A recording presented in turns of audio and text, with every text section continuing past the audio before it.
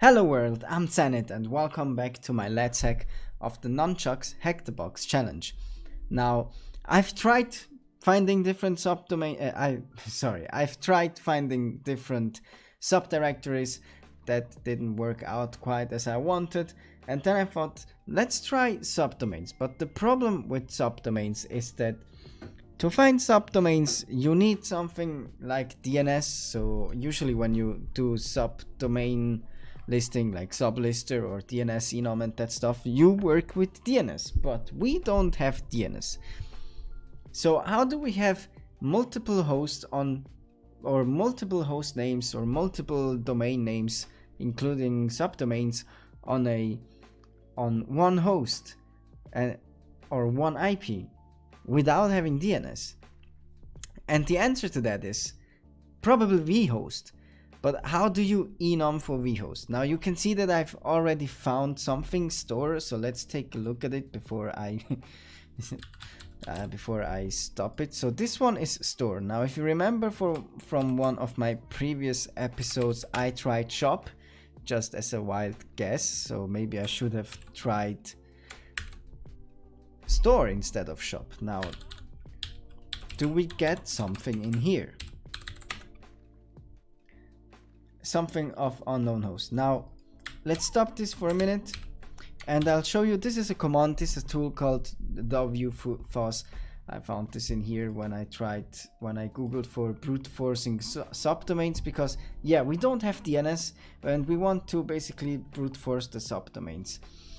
So we want to brute force actually not the subdomains but the vhosts available on our domain. So what I did is I used this vfos tool. I used the guide to create all these things, like this is, for example, how many words should this is a filter for words, because a lot of results returned with this amount of words, so I filtered them all out.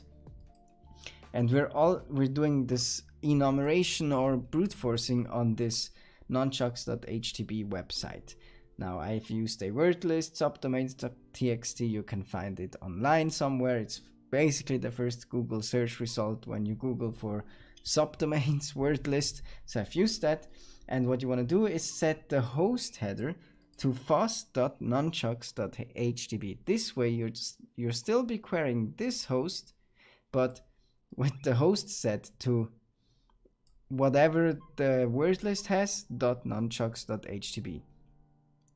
Now we can see the results in here. We have a couple. We have store looks promising because it has the code 200 and not more than 12 words. The other ones are all 400, so I'm not sure why it's even listing them up in here.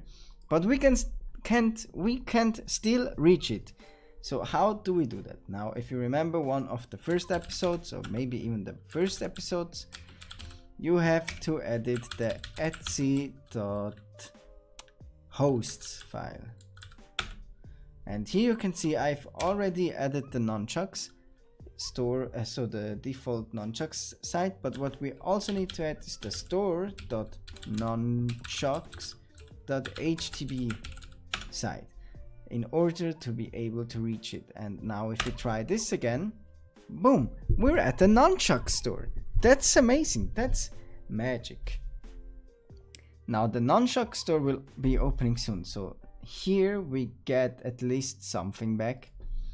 So let's try something, notify me, and you will receive updates to the following email address. That's perfect. Can you see that? If I scroll in, you can probably see that already, but here our input is reflected. We finally found a place where our input gets reflected. Now, if our input gets reflected, we can exploit this. And the challenge was something with server-side template injection. So I googled somewhere Express SSTI, which is apparently a tool to call an OS shell with the engine POC. Now, usually if you're doing like default web dev, you will be using POC as your engine. So if we try something like this, we should get, okay, maybe let's try Let's try this. Okay, this doesn't work, but we can try different things. So we want to basically, yes, we want to evaluate this template. Now you can see I've entered 7 times 7 in here. But if you look closely at this one, you can see that it's now 49. Sorry, always confused with the way to call the numbers. So it's 49, which is perfect. It means that this one gets evaluated. Now we just need to find the payload and we can get a shell on the OS. Amazing! So maybe we can even use this tool.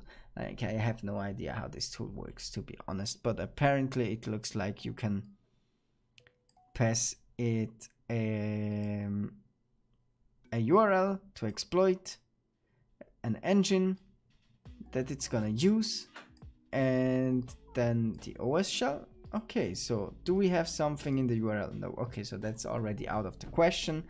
We need to find an exploit, maybe something in the realms of RC SSTI Express, because we essentially want to create an RCE. This is way too long for me to read, especially in a video, so let's just hover.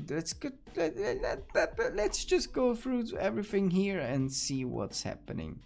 Now we can check some things like self to check out what the website is doing in the background, but I suppose this is more like it. Okay, can we call alert 1? Can we cannot have this symbol. Oh, that's gonna be a pain. That's gonna be a pain. I can tell you that. That's gonna be a pain. So we have found the template injection. Actually, let's write this down. Oops. 7 times 7. Let me actually take the real screenshot. What was it? Yes, perfect.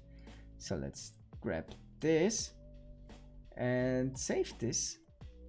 Not in the Dinster challenge, that's an old one, in the Nunchucks challenge. And this is website template injection. By the way, I also need to write down, okay, no, this is logged, but maybe the command should be logged as well. So let's do this, get this, go to our notes MD, and then, so this is paths, and this is subdomains, C logs for output, and then store dot blah blah blah blah, add to host the file. Okay, now that we've got that out of the way, we can actually focus on how to use this template injection to run RCEs, I guess. Maybe we can take a look at this one. I mean, is everything in here?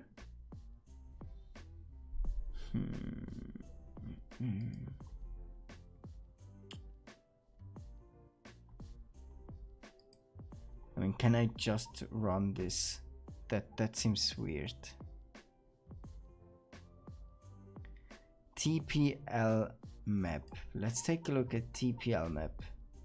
This project is no longer maintained. Fantastic. Yeah, so what? Can does Kali have like TPL map? I think was the name. No, TPL map. The pie. Okay, was it even pie? Yes. TPL map. Now, let's say hi to my cat real quick. Hi, Joey. Fantastic. Now we can go back on track and try to find out how to actually, come on, Joey, stop, to run this shell. Now there is a command in here which runs the shell, but this means that there should be the code somewhere in here. Now I'm not entirely sure, maybe we can find it. CLIs shell interactive shell inject function.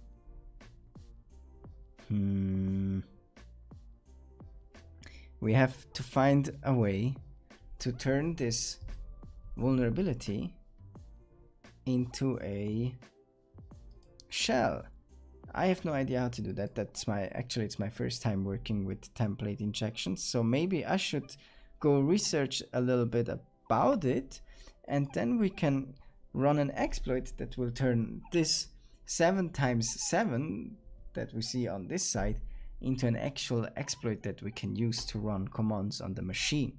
So stay tuned for that episode. I hope you enjoyed it so far. Leave a comment down below if you already know how to solve this, and see you in the next video. Bye bye.